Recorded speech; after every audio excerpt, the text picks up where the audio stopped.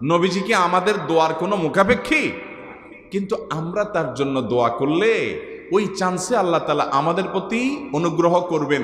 একবার না, আপনি নবীজির প্রতি একবার রহমতের দোয়া করবেন, একবার দুরূদ পাঠ করবেন।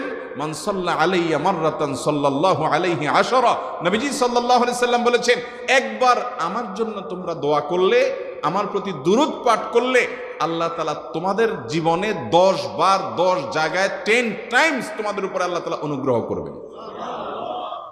আপনি টেরও পাবেন না কত জায়গায় আল্লাহ অনুগ্রহ করেছেন, আল্লাহ বাঁচাই দিয়েছেন, একটুর জন্য শেষ হয়ে যান নাই। ওই যে দুরূদ পড়ছেন, আল্লাহ তাআলা রক্ষা করছে, আপনি খবরও নাই।